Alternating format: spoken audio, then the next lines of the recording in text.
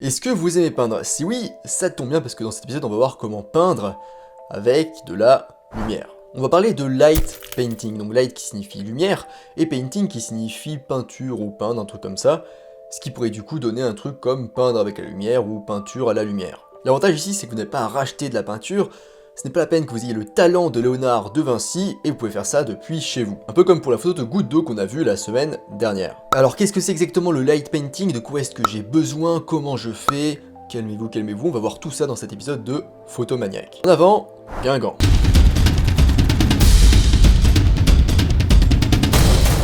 Je rappelle qu'en description, vous pouvez toujours retrouver ma formation gratuite sur les bases de la photo. Alors c'est quoi le light painting?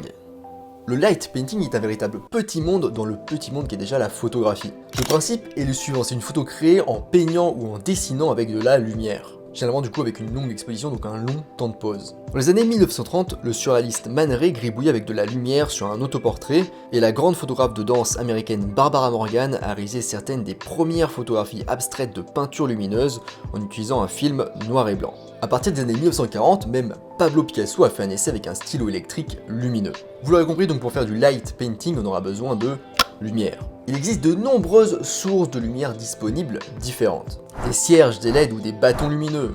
Ou moi par exemple, parce que je suis lumière après tout. Vous pouvez également utiliser la lumière ambiante des lampadaires la nuit, ou des phares des véhicules qui passent la nuit. Et oui, c'est des photos de traînées lumineuses, j'ai déjà fait un article qui parle de ce sujet. Le light painting peut demander beaucoup de patience et surtout de pratique pour être parfait. Mais d'un autre côté, les résultats peuvent être très gratifiant. Plus de ça, sur le principe, c'est assez simple, c'est un petit peu comme n'importe quelle photo en basse luminosité, sauf que vous mettez de la lumière en mouvement dans la photo pour ajouter un élément. Alors comment trouver le bon arrière-plan pour le light painting?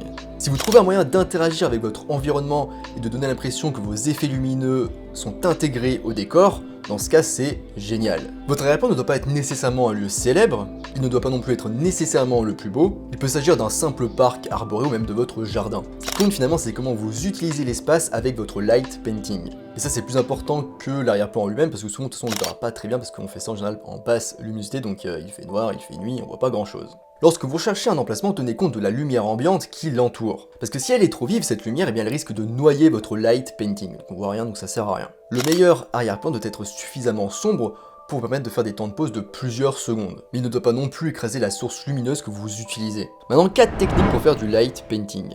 Donc on a principalement 4 techniques de light painting. La première technique, c'est la peinture en lumière cinétique. Donc en gros ici, on bouge l'appareil photo et pas la source de lumière.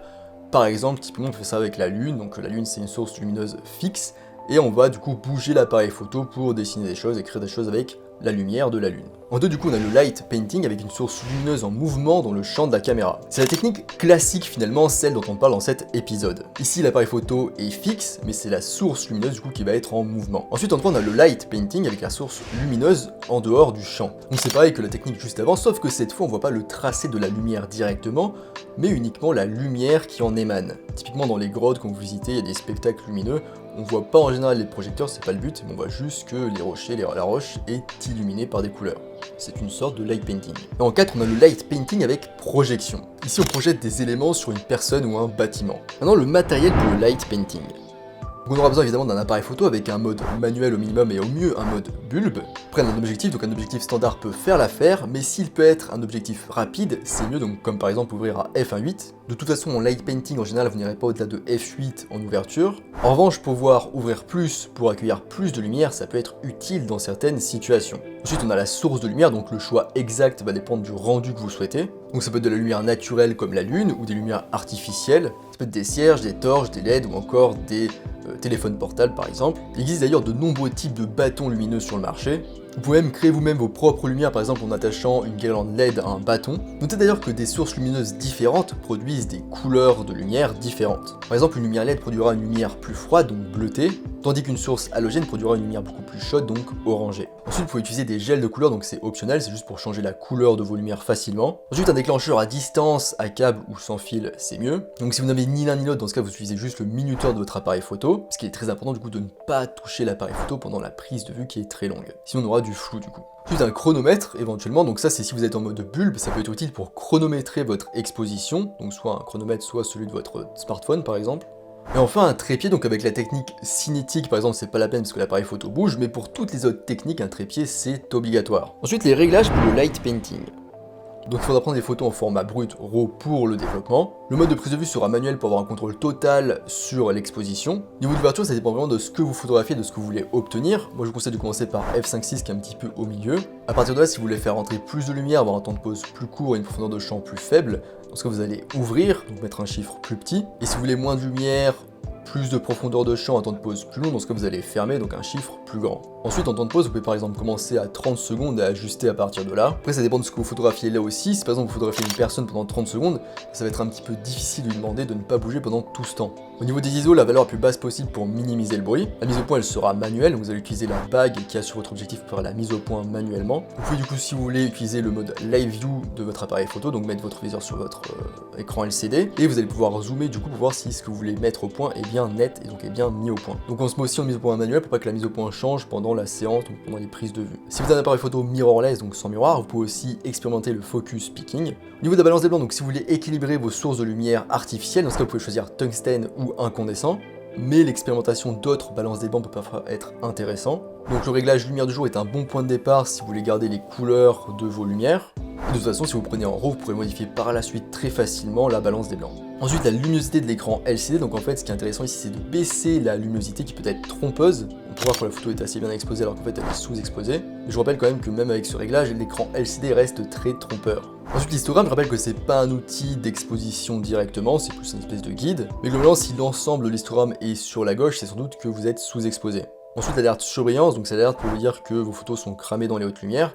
C'est pas super fiable comme option, en général ça surestime un petit peu la situation, mais vous pouvez l'activer si vous voulez, ça peut être aussi un guide. Après dans ce type de photo, si vous exposez pour qu'on voit un petit peu l'arrière-plan, c'est normal d'avoir les lumières qui sont cramées. Ensuite la stabilisation de l'image, donc désactivez-la parce que sur trépied ça sert à rien, vous allez à la place avoir des photos floues. Ensuite l'option de réduction de bruit, donc vous pouvez l'activer mais ça va doubler votre temps de pause, et en général c'est pas forcément la peine si vous avez des ISO assez bas, vous ne devez pas avoir trop de bruit dans votre photo. Commencez par exposer pour la lumière ambiante.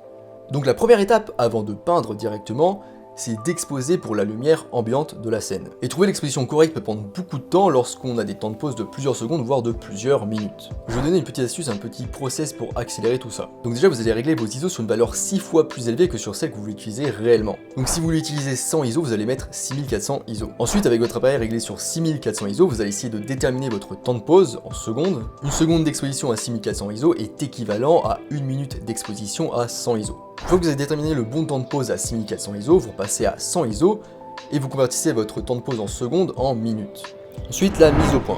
S'il fait très sombre, la mise au point sera délicate et c'est un doux euphémisme. Donc ce que je vous conseille, c'est d'éclairer le sujet ou l'endroit où vous voulez faire la mise au point avec une lampe torche par exemple ou la lampe de votre smartphone, ça va vous aider à faire la mise au point automatique. Et pensez bien à repasser en mode manuel par la suite pour bloquer la mise au point. Vous allez régler votre appareil sur Live View et zoomer du coup sur votre écran LCD pour vérifier que là où vous voulez faire la mise au point, c'est bien net, donc bien mise au point. Et enfin une lampe frontale pour vous aider à voir les commandes de votre appareil photo, surtout si c'est votre première fois, et ça vous permettra également de ne pas trébucher sur votre trépied. N'oubliez pas que si vous déplacez votre appareil photo, vous devrez refaire la mise au point, donc vous remettre en autofocus et vous remettre en mise au point manuelle. D'ailleurs, faire la mise au point avec le back button est une excellente alternative. Déclenchez, votre matériel est ok, vos réglages sont ok, votre exposition est ok, votre mise au point est ok, alors qu'attendez-vous?